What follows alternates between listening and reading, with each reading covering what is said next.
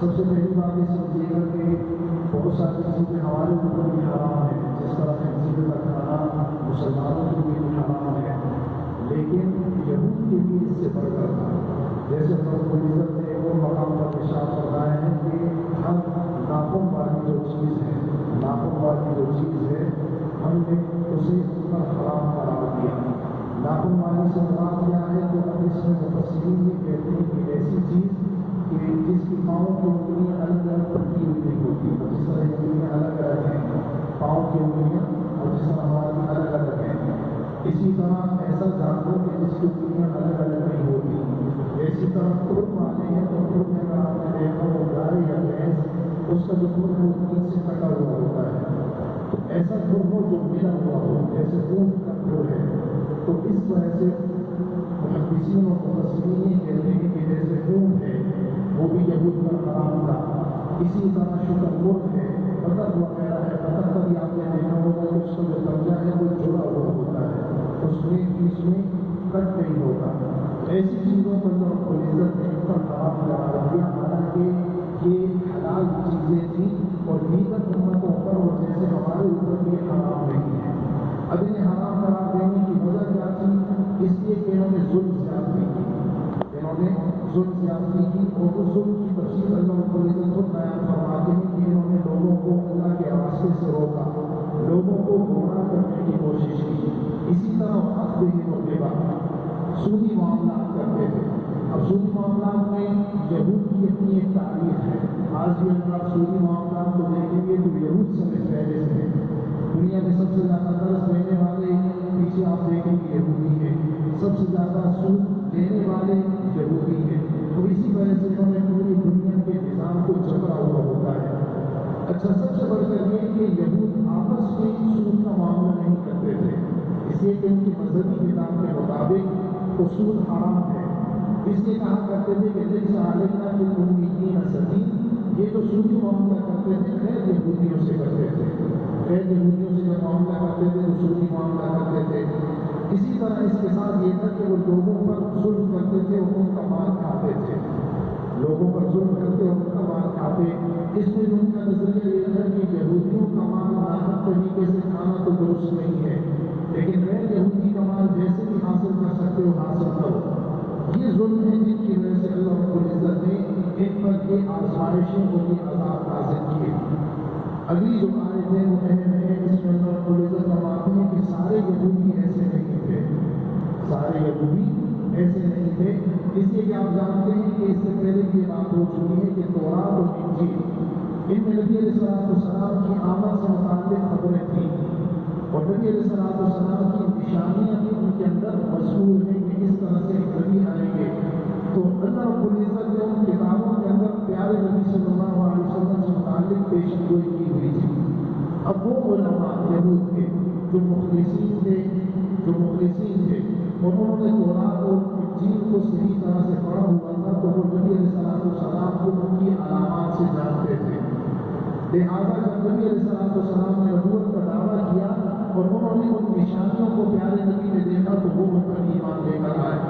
اب یہود کا ایک بہت بڑا نام عبداللہ بن سلام ہے رضی اللہ تعالیٰ عنہ۔ یہود کے بہت بڑے عالم تھے، ان کے بارے میں آتا ہے کہ یہ نبی علیہ السلام جب کوبا تشریف لائے، ہجرت فرما کر کوبا تشریف لائے، تو کہتے ہیں کہ مجھے اطلاع ملی کہ اس طرح سے محمد صلی اللہ علیہ وسلم کوبا میں ہے۔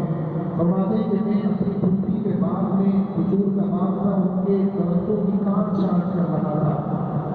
یہ خبر سن کر میں نے جلدی سے نیچے اترا اور خوشی کے مارے میں جانے لگا، تو میری پھپھی نے کہا کہ اگر موسیٰ اس طرح سے آ جاتے تو تم اتنے خوش ہوتے۔ تو میں نے کہا کہ یہ بھی موسیٰ کے بارے میں علیہ السلام۔ فرماتے ہیں کہ میں پیارے نبی صلی اللہ علیہ وسلم کی مجلس میں گیا، تو کہتے ہیں کہ جب میں نے پیارے نبی صلی اللہ علیہ وسلم کا چہرہ دیکھا تو میرے دل نے یہ گواہی دی کہ نہیں سب بوجھ کرتا، یہ کسی جھوٹے شخص کا چہرہ نہیں ہو سکتا۔ نبی علیہ السلام کے چہرے کو دیکھ کر ہی میرے دل نے یہ گواہی دی۔ پھر کہتے ہیں کہ اس وقت نبی علیہ السلام اپنے صحابہ کو نصیحت کر رہے تھے۔ وہ نصیحت کیا تھی؟ افشوا السلام، سلام پھیلاؤ، زیادہ سے زیادہ سے سلام کرو۔ اسی طرح اطعموا الطعام، کھانا کھلاؤ، دوسروں کو کھانا کھلاؤ۔ وصلوا الارحام، صلہ رحمی کرو، رشتہ داروں کے ساتھ حسن سلوک کرو۔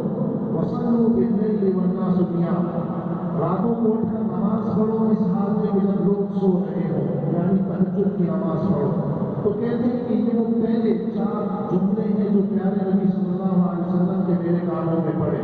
سب سے پہلے افشوا السلام، سلام پھیلاؤ۔ اور سلام پھیلانے کا معنی یہ ہے کہ ایسا نہیں کہ جو جاننے والا ہے اسے سلام کرنا ہے، بلکہ ہر جاننے والے نہ جاننے والے مسلمان کو سلام کرنا ہے۔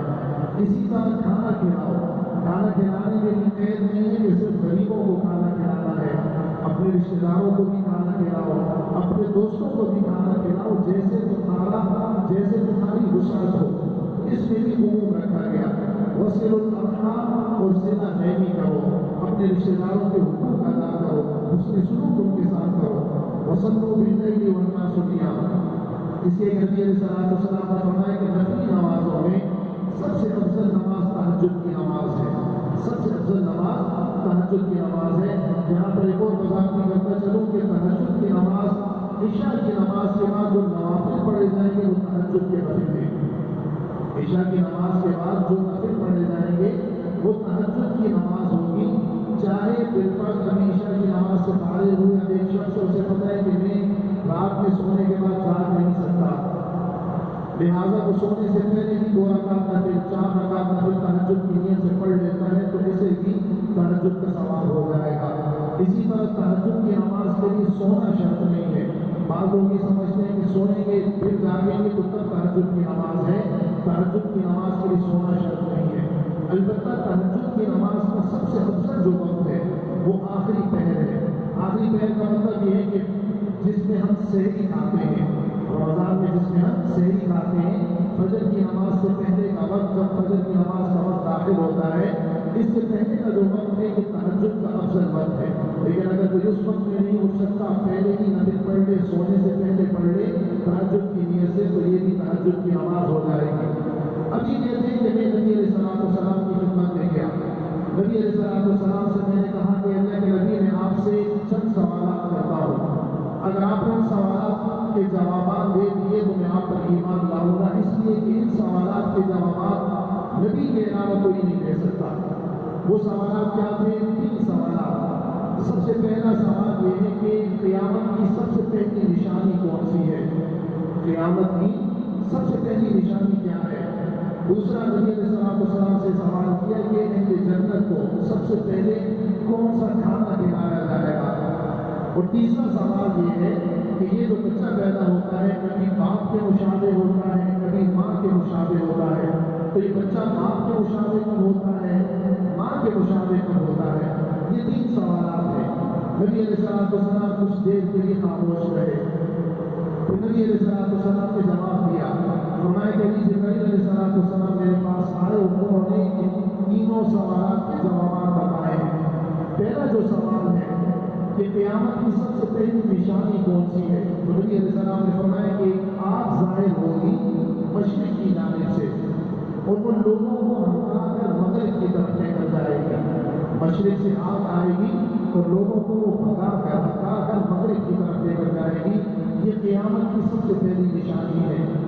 دوسرا سوال کہ اہل جنت کا سب سے پہلا کھانا کون سا ہوگا؟ فزیادہ تو کبھی نکلوگے، یہ جو مچھلی ہے، مچھلی کی کلیجی کا ایک ٹکڑا زائد حصہ، یعنی مچھلی کی جو کلیجی ہے، یہ جنتیوں کا پہلا کھانا ہوگا۔ سب سے پہلے جنتیوں کو جنت میں مچھلی کی کلیجی کا ٹکڑا کھلایا جائے گا۔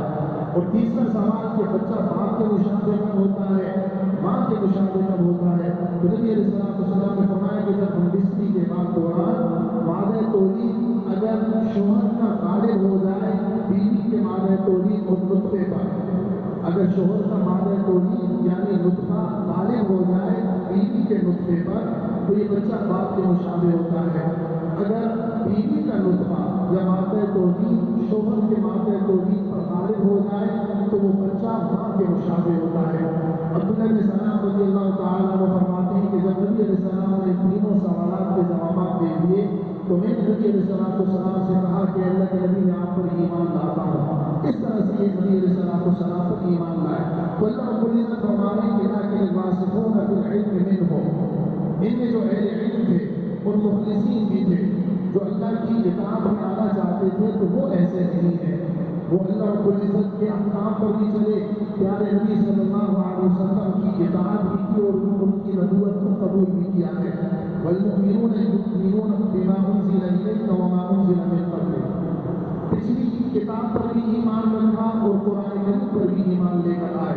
والمقیمین الصلاۃ والمؤتون الزکاۃ، یہاں پر یاد رکھیے گا کہ جو نماز ہے، نماز صرف اس امت کے لیے فرض نہیں کی گئی، نماز تو تمام آسمانی مذاہب میں ایک عبادت تھی، البتہ نماز کی کیفیت الگ تھی اور نمازیں کتنی فرض تھی یہ الگ ہو سکتا ہے۔ ہمارے لیے 5 نمازیں فرض ہیں، پہلی امتوں کے لیے بھی نماز کی عبادت تھی، ان کی کیفیت الگ ہو سکتی ہے۔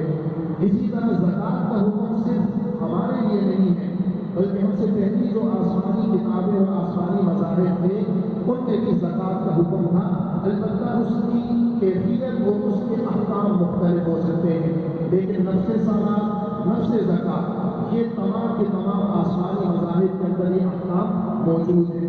اللہ رب العزت آخر میں ارشاد فرماتے ہیں کہ اولئک سنؤتیہم اجرا عظیما، ایسے لوگوں کے لیے اللہ رب العزت نے بڑا اجر رکھا ہے، بڑا ثواب رکھا ہے کہ وہ پہلی کتابوں پر بھی ایمان لے کر آئے اور جب ہمارے نبی آخر الزمان جب اس دنیا میں تشریف لائے تو ان پر بھی ایمان لائے، لہٰذا انہیں دوہرا اجر حاصل ہوا۔ اللہ رب العزت ہمیں بھی دین پر استقامت نصیب فرمائے اور ہدایت والی زندگی گزارنے کی توفیق عطا فرمائے۔